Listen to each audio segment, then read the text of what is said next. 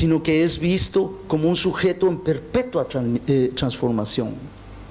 En las epistemologías clásicas, donde se habla de la relación sujeto-objeto, normalmente el sujeto se da como un sujeto ya dado. Cuando en la perspectiva piagetiana, cuando se dice que el niño está a través de la acción está produciendo saberes, ¿sí? Él es el origen de esa acción y de su intencionalidad. Lo que nosotros estamos diciendo acá, no, el sujeto no, el niño que llega a la clase, él encuentra ya frente a él toda una organización social, histórica y cultural. Él no es el origen, él participa de eso, pero él no es el origen.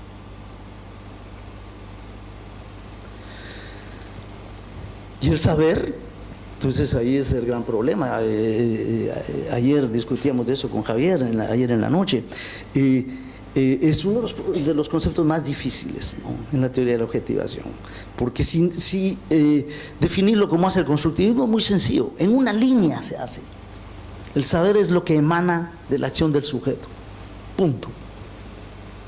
¿Y dónde está la cultura? ¿Dónde está la historia ahí? No está. ¿Y por qué no está? Porque no la necesita.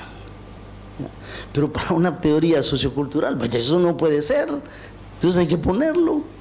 ¿Cómo? Entonces es ahí donde hubo que hacer un gran esfuerzo para definir el saber.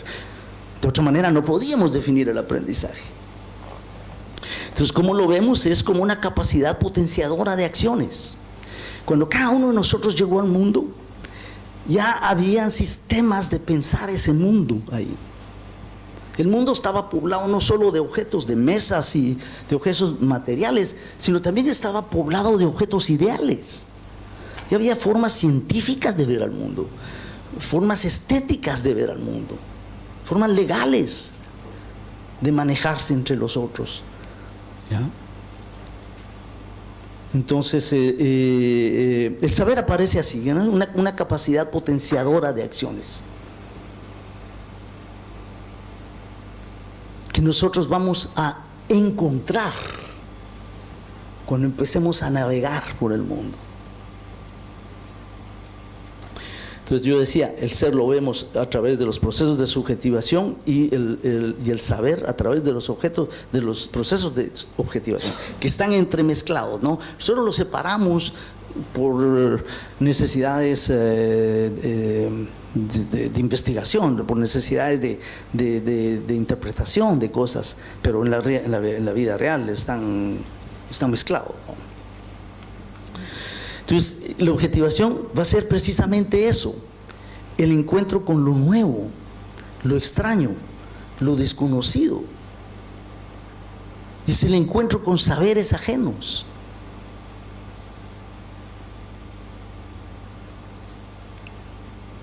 El poeta Pablo Neruda decía, no he vivido mi vida desde mí mismo, sino desde la vida de los otros. El lenguaje con que él escribía esos bellos poemas ya estaba ahí. El español con que él escribía ya estaba ahí cuando él nació. Había sido obra y vida de otros, y él vive su vida a través de ellos. Claro, él le da un tono personal único, y cada uno de nosotros lo hacemos. Pero se dan cuenta, no es la primacía del sujeto, ya están ahí, pero no es la primacía del objeto tampoco, es la dialéctica entre los dos, entre lo subjetivo y lo objetivo.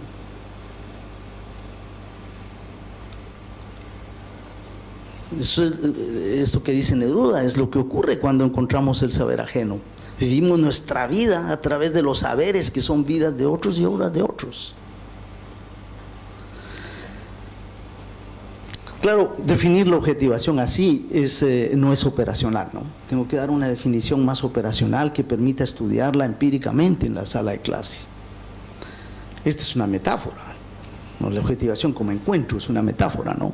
Las metáforas no tienen nada de malo. De hecho, cuando llegamos a puntos difíciles en la teorización, necesariamente acudimos a metáforas.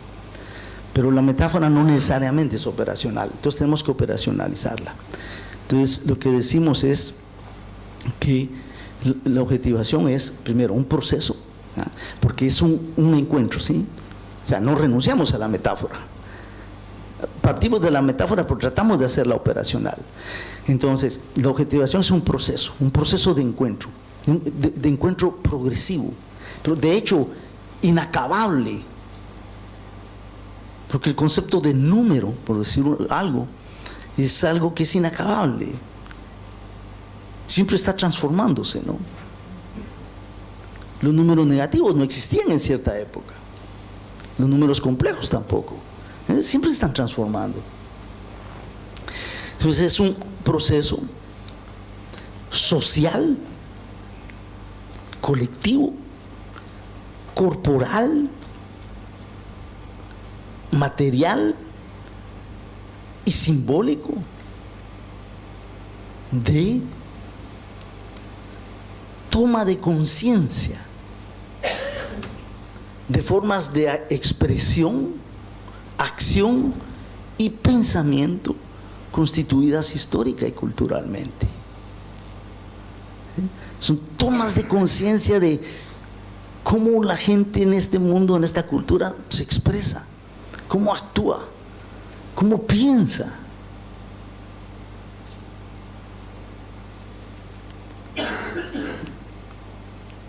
Hay tres elementos. Pues, primero es social, es un proceso social de toma de conciencia de esto que está ahí, que en el fondo es la manera en que definimos el saber, ¿ya? El saber son formas de expresión, de acción y pensamiento constituidos histórica y culturalmente.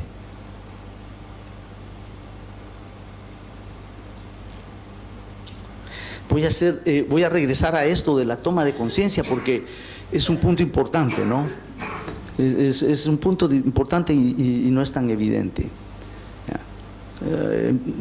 Solo para darles una idea, eso no quiere decir que el niño está ya con una conciencia formada, ¿no? Y que simplemente toma conciencia de eso, ¿no?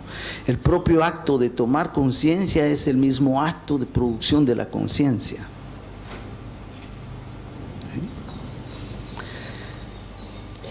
Pero quiero hacer un paréntesis de dos diapositivas sobre el saber, ¿no? Porque como decía yo, es uno de los conceptos más difíciles. Nos llevó años realmente, ¿cómo se dice? Desenmarañar ese concepto. El saber es un sistema de síntesis históricas. Son síntesis de acción y pensamiento constituidas culturalmente, como por ejemplo labrar el campo, cuidar el ganado, resolver ecuaciones, ¿sí? Los matemáticos resolvieron una ecuación lineal, por ejemplo, luego otra ecuación lineal, luego otra ecuación lineal. De ahí logran ver que hay similitudes en la manera de hacer esto. De ahí aparece una síntesis. Esa síntesis es socialmente institucionalizada en cierto momento y la gente se pone de acuerdo que las ecuaciones se van a resolver así, ¿no? Primero se expresan de alguna manera, se escriben de alguna manera dentro de algún sistema semiótico, ¿sí? Y luego se resuelven de esta manera. De ahí pueden ya aparecer nuevos problemas, por ejemplo, ecuaciones con ya coeficientes no necesariamente naturales, etcétera. Pero este saber también puede ser un saber aritmético, que incluye procedimientos de conteo, por ejemplo, ¿sí? Que es lo que el niño va a encontrar en la escuela normalmente. Estos procedimientos de conteo son síntesis culturales. ¿Cómo es que contamos nosotros en Occidente? Nosotros vamos por unidades. ¿Sí? La definición de Euclides de un número es eso, ¿no? Es un conjunto de unidades. Eso ya después nos lleva a elaborar material didáctico, etcétera, basado en esa idea de que nosotros contamos por unidades. Y nos parece tan natural que terminamos creyendo que no hay otras formas de contar. Bueno, es completamente falso, ¿no? Por ejemplo, el trabajo de Kay Owen con unas comunidades en Papúa Nueva Guinea, ella se da cuenta que ahí la cantidad de objetos se compara por la cantidad de espacio ocupado y no por conteo de unidades con precisión. Ellos no cuentan uno por uno. Es sintético. Esta cantidad no es una medida de área, sino una medida aproximativa de abundancia que puede ser suficiente para una transacción. ¿Ya? Entonces ahí los conteos son diferentes, ¿no? El niño que nace en esa comunidad va a enfrentar a esos saberes. Esos saberes aparecen como acciones generativas, como capacidades generativas de acción en la cultura. Si el mismo niño naciese aquí en Montevideo, por ejemplo, entonces se va a encontrar con con las cuestiones de que contamos por unidades.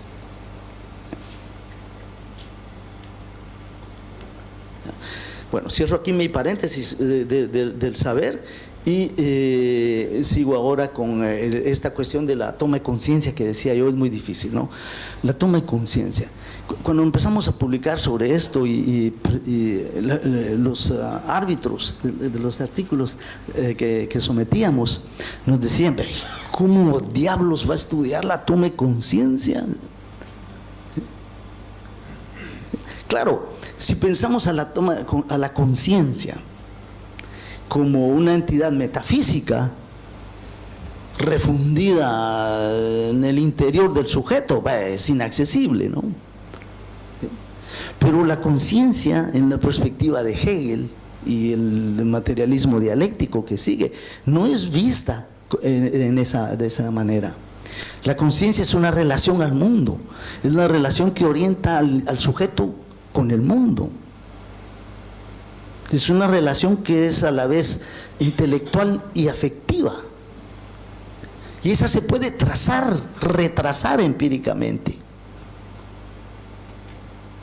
a través de las acciones de los sujetos. Y ahí nos podemos ir dando cuenta cómo van tomando conciencia poco a poco de cómo ciertas acciones tienen cabida o no en una cultura. ¿Ya? Entonces la toma de conciencia es al mismo tiempo, como decía hace un momento, el proceso de producción de la conciencia. La conciencia es un concepto vygotsiano central, ¿no? Ese es uno de los conceptos que atormentó a Vygotsky desde el principio de su vida académica hasta su muerte, ¿no? El primer artículo habla de la conciencia. La presentación que él hace en Moscú en un congreso de psicólogos, él habla ya de la conciencia, y antes de morir todavía está hablando de la conciencia, ¿no? Eso atraviesa toda su obra, pero la conciencia desde el punto de vista del materialismo. Y esa conciencia es algo que va a emerger entonces. La conciencia y las tomas de conciencia es algo que van a emerger y que se van a producir en la actividad. De nuevo, por eso es que yo decía, la actividad es nuestro concepto fundamental. En el caso de la enseñanza-aprendizaje es la actividad de enseñanza y aprendizaje. Esa es la actividad central. ¿Sí? Leontiev, un discípulo de Vygotsky, decía: la actividad del individuo constituye la sustancia de su conciencia.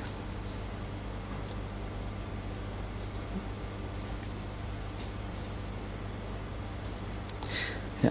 Hace un momento yo decía pues que la primacía no es ni el sujeto ni el objeto. La primacía, y eso es lo que quiere decir que esta sea la categoría ontológica fundamental en la teoría de la objetivación. La primacía es la actividad. En términos pragmáticos, si la actividad de enseñanza-aprendizaje es pobre, lo que va a suceder ahí, los aprendizajes van a ser pobres. Si es rica, por el contrario, los aprendizajes van a ser ricos. Claro, ustedes van a decir, bueno, ¿y qué quiere decir rico, no? Sí, a eso vamos. Vamos a tratar de definir un poco eso.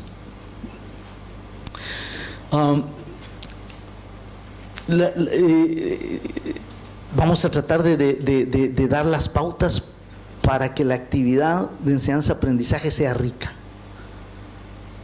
De manera que la objetivación aparezca como toma de conciencia y discernimiento crítico del saber, ¿sí? Porque si regresamos a la definición de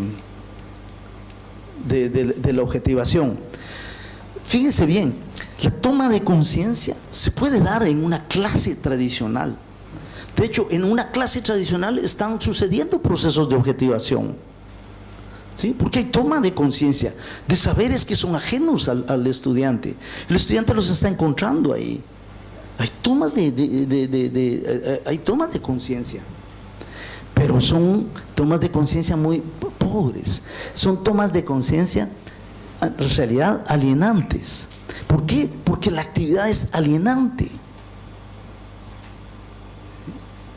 Hay objetivación, pero es una objetivación que no es la que queremos.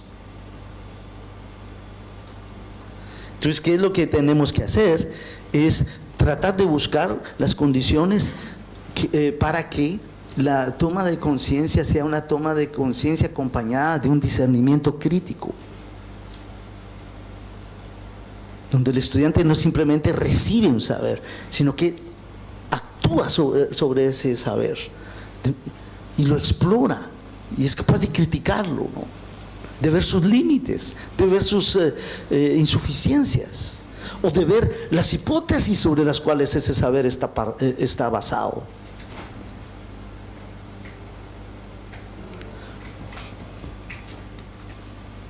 Entonces buscamos nosotros producir actividades de sala de clase de manera que la objetivación sea un proceso crítico, poético, sensible y sensual con las matemáticas. Un encuentro progresivo, encarnado, discursivo, subversivo, afectivo, simbólico y material. ¿Sí? Eso es lo que tenemos que buscar.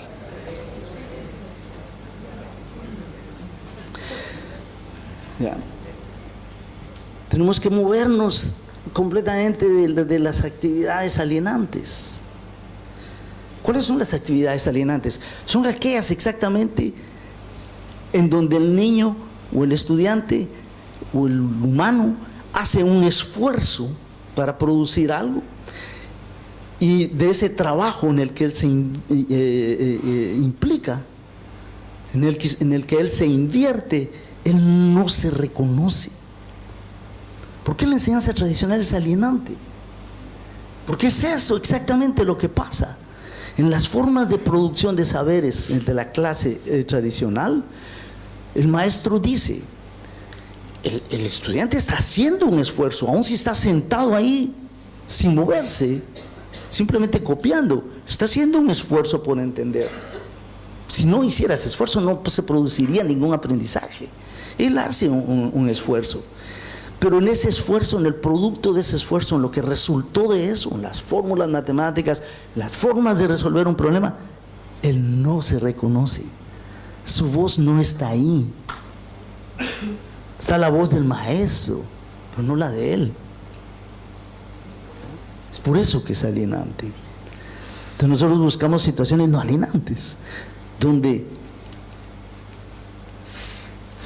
el estudiante encuentra otros saberes, pero al encontrar esos saberes, él es capaz de hacer valer su voz y su perspectiva y su punto de vista.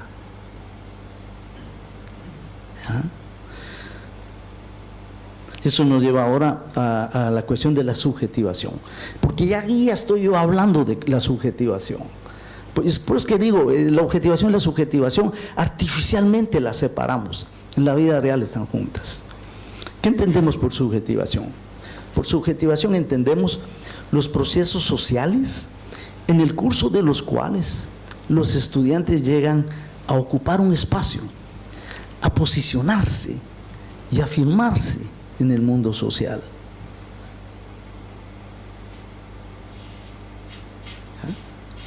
No es simplemente estar ahí como una maceta. No, es tomar una posición, es afirmarse, tener una voz. Estos procesos de subjetivación son los procesos históricos de la creación del yo. Pero de nuevo, el yo entendido como una entidad cultural en flujo permanente, un proyecto de vida siempre en progreso.